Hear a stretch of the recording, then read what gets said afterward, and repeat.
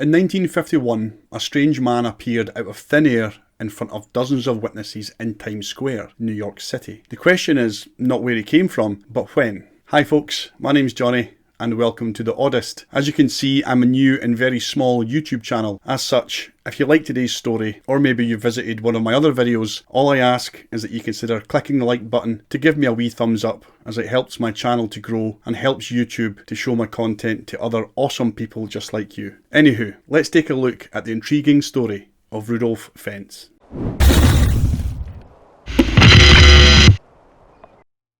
Let's travel back to Manhattan in New York to June of 1951. It was summer and it was a warm evening. Times Square was a busy wee place, that's for sure. Nothing like it is these days, of course. Thanks to the Depression and the Second World War not far behind, Times Square would still have a lot of work to do over the next few decades to get to the tourist destination it has been since the 1980s. This night, however, a visitor would arrive. Onlookers would claim, as if from nowhere or out of thin air, he just appeared. Now, as we all know Times Square these days, you would see all manner of people dressed up in costume and playing a role for the tourists. Buskers dressed up or performing in the hopes of making a wee bit of extra cash. My point being, when this strange visitor appeared, he was wearing clothes from a bygone era, almost 100 years bygone. His clothes were that of someone from the mid-1800s, and he had long bushy sideburns and was around 30 years old. Witnesses would later say that he seemed very confused and distressed by his surroundings and the people gawping back at him. So much so that he took to his heels and ran across a busy New York street. Only a few moments later, not far from Times Square, there was a commotion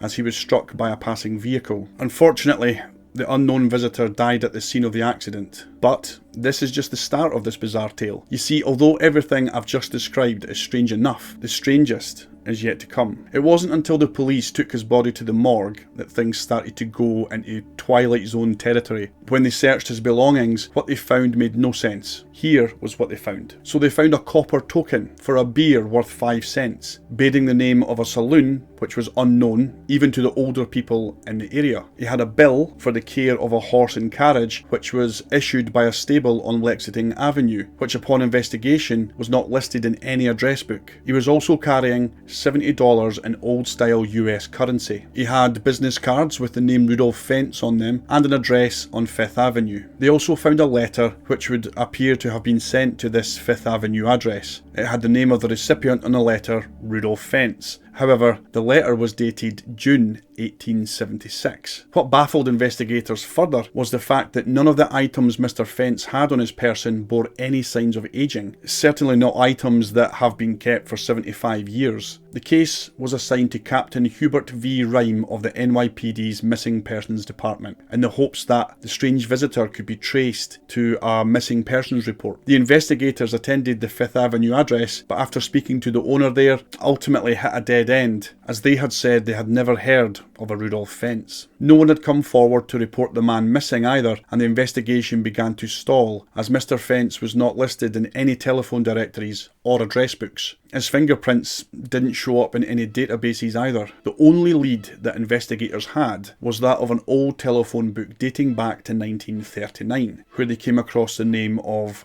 Rudolph Fentz Jr. They immediately attended the address. However, they would meet another dead end.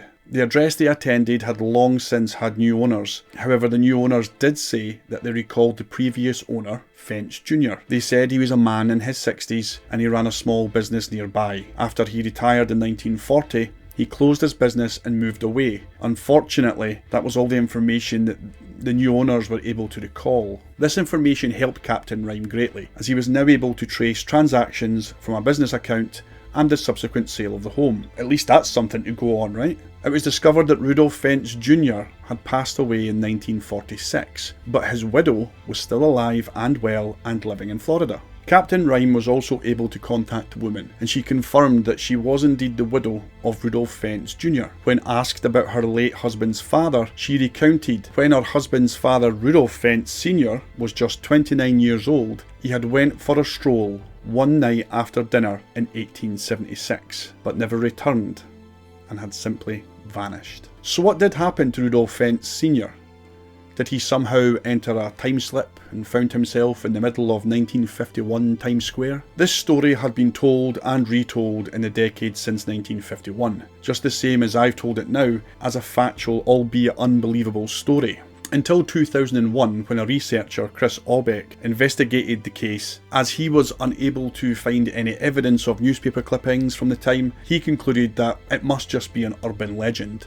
Just a cool made up story. I'll be really honest with y'all. When I first learned of this story, I was excited and my mind was blown. I was honestly disappointed during my research to find that it could all just be a fictitious story. However, what I will add is, during Aubeck's research, he didn't find any evidence to support the story, but he also didn't find any evidence to the contrary either that would prove it was a work of fiction. In 2002, George Murphy, another researcher, looked into the Fentz story. He claimed to have found a short story in a magazine called I'm Scared, from a September 1951 issue, which this story was published as part of a series of spooky shorts. He claimed that the author was science fiction writer Jack Finney. He's famous for writing countless sci-fi stories and novels, many of which have been adapted into popular movies like Invasion of the Body Snatchers. But there's another problem. Jack Finney passed away in 1995 at the age of 84. Prior to these discoveries, so